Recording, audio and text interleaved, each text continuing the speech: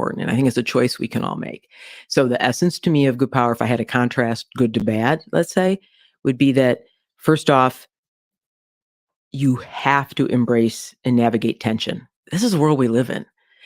And by embracing tension, not running from it, you would bridge divides that unites people, not divides them. It's a hard thing to do, but you can do it. You do it with respect, which is the opposite of fear. A lot of people think the way to get things done is fear. And then the third thing would be you got to celebrate some progress versus perfection. Because I also think that's what stops a lot of things from happening. Because, if you go for whatever your definition of perfect is, it's either polarization or paralyzation. I mean, something happens in there versus no. Don't worry about getting to that actual exact endpoint. If I keep taking a step forward of progress, really tough stuff can get done. And so my view of that is like, honestly, I hope it can, I said it's like a memoir with purpose. I'm only doing it. It was a really hard thing for me to do because I don't actually talk about all these things. And nobody cares about your like scientific description of this. They want the stories in your life to bring it alive. So it's a memoir with purpose. And in the writing of it, it became the power of me, the power of we, and the power of us. The idea that you build a foundation when you're young, mostly from my work life, the power of we, which says I kind of, in retrospect, could see 5 principles on how to really drive change that would be done in a good way. And then eventually you could scale that, the power really of us, which is what I'm doing about finding better jobs for more people now that I co-chair an organization called 110. So that essence of navigate tensions, do it respectfully, celebrate progress, and indulge me one more minute. These sort of, again, it's retrospect that I didn't know this in the moment. I had to learn it. I learned it. I am blessed by a lot of people I worked with and around. But some of the principles, like the first one says, if you're going to do something, change something, do something, you got to be in service of something. Being in service of is really different than serving. Super different. And like, I just had my knee replaced. And I interviewed all these doctors.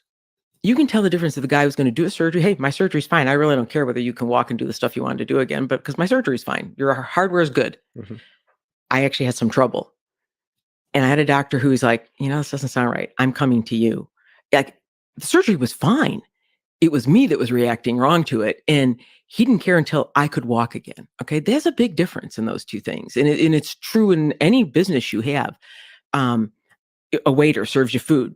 Okay. He served his food. He did his job. Or did he care you had a good time? So that thought to be in service of, it took me a while to get that, like to try to write it, to get that across. Cause I think it's like so fundamental. If people were really in service of something, you got to believe that if I fulfill your needs, at the end of the day, mine will be fulfilled. Mm-hmm. And that is that essence that makes it so different. And then the second principle is about building belief, which is I got to hope you'll voluntarily believe in a new future or in some alternate reality, and you will use your discretionary energy versus me ordering you. You'll get so much more done. Then the third, change and endure. We kind of talked about that earlier. Focus more on the how and the skills. And then the part on good tech and being resilient. So anyways, I just felt that like good tech, everybody's a tech company. I don't care what you do today. And there's some fundamental things you got to do. In fact, pick up any newspaper, right? ChatGPT. You're an AI guy. Mm-hmm. All right. I believe one of the tenets of good tech is it's like responsibility for the long term. And it says, so if you're going to invent something, you better look at its upside and its downside. Like we did quantum computing. Great. A lot of great stuff, right? Materials development, risk management calculations, endless lists one day. On the other side, it can break encryption. That's a bad thing. So we worked equally hard on all the algorithms that would sustain quantum. I think with chat, okay, great. There's equal, and there are people working on it, but like, okay, the things that say, hey, I can tell this was written with that, right? Because the implications on how people learn, right? If this is not a great thing, if all it does is do your homework, that is not the idea of homework as someone who liked to study so hard. But anyways, you get my point. It's just the upside and the downside. And that there could be much larger implications that are much more difficult to predict, and it's our responsibility Absolutely. to really work hard to figure that I was out. talking AI ethics a decade ago, and I'm like, why won't anybody listen to us? And it's that's another one of those values things that you realize, hey, if I'm going to bring technology in the world, I better bring it safely, right? Yeah. And that to me comes with when you're an older company that's been around, you realize that society gave you a license to operate and it can take it away. And we see that happen to companies. And therefore, you're like, okay, like why I feel so strong about skills. Hey, if I'm going to bring in, it's going to create all these new jobs, job dislocation, then I should help. I'm trying to help people get new skills.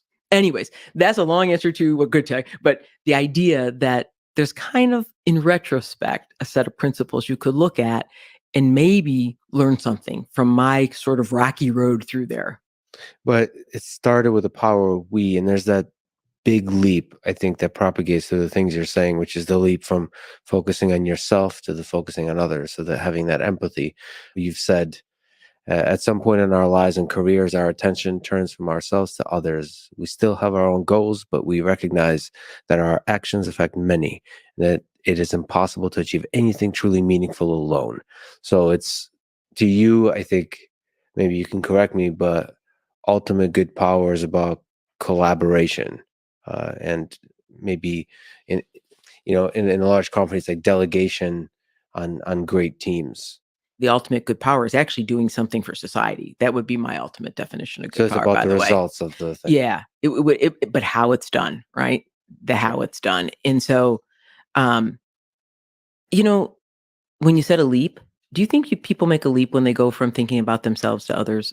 Do you think it's a leap, or do you Yeah, think it kind of just is a sort of slow point?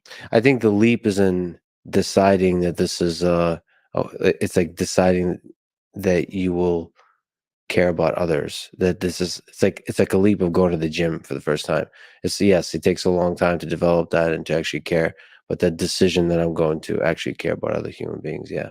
Yeah. I think, or at least, like, yeah, it just feels like a deliberate action you take of empathy. Yeah, because sometimes I think it happens a little. It's maybe Gradual. not as deliberate. Yeah, it is a little bit more gradual because it might happen because you realize that, geez, I can't get this done alone, so I got to have other people with me. Well, how do I get them to Ah, help I me see. do something? So I think it does happen a little bit more gradually, and as you get more confident, you start to not think so much that it's about you, and you start to think about this other thing you're trying to accomplish. And so that's why I felt it was a little more gradual.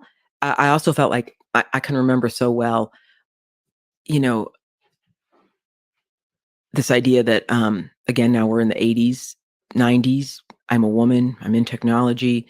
And I was down in Australia at a conference and I gave this great speech. Again, me, power of me, I'm thinking I give this great speech, financial services. This man walks up to me after I think he's going to like ask me some great question. And he said to me, I wish my daughter could have been here. And in that moment, and at that point, up to then, I'd always been about, look, please don't notice I'm a woman. Do not notice that. I just want to be recognized for my work. But crossing over from me to we, like it or not, I was a role model for some number of people. And maybe I didn't want to be, but that didn't really matter. So I could either accept that and embrace it or not. I think it's a good example of that transition. I did have a little epiphany with that happening. And then I'm like, okay, because I would always be like, no, I won't go on a women's conference. I won't talk here. I won't, no, no, no. But then I sort of realized, wait a second, that old saying, you cannot be what you cannot see. And I said to myself, well, oh, wait a second. Okay. I am in these positions. I have a responsibility too, and it's to others. And that's what I meant. I felt like it can be somewhat gradual that you come and you may have these like pivotal moments that you see it, but then you feel it and you sort of move over that transom into the power of we. You're one of the most powerful tech leaders ever. And as you mentioned the word power, the old saying goes, power corrupts and absolute power corrupts absolutely. Was there an aspect of power that was that you had to resist its ability to corrupt your mind, to sort of delude you into thinking you're smarter than you are, that kind of all the ways that That's power very dangerous. corrupts? I agree with. I mean, I think you got to be careful who you surround yourself with. Yeah.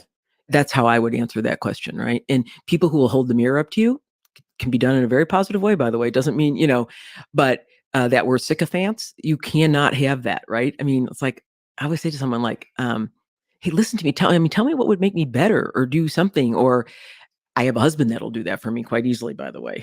He'll always tell So me, he's the one that kind "Oh, of can give you some criticism I sometimes. have been surrounded myself with a number of people that will do that, and I think you have to have that." I had a woman that worked with me for a very long time, and at one time we were competitors, and then at some point she started to work for me and stayed with me for quite a while. And she was one of the few people that would tell me the truth. Sometimes I'm like, enough already.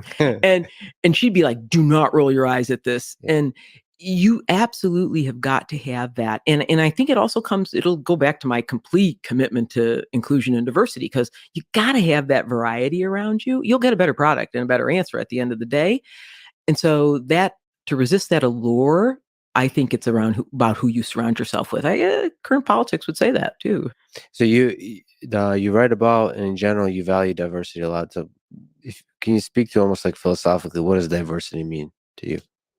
Diversity to me means I'm going to get a better product, a better answer. I value different views. And so it's inclusion. So I always say inclusion, diversity is a number, inclusion is a choice. And you can make that choice every single day. It's a good line. I really believe, and I've witnessed it, that I've had when my teams are diverse, I get a better answer. My friends are diverse, I have a better life. I mean,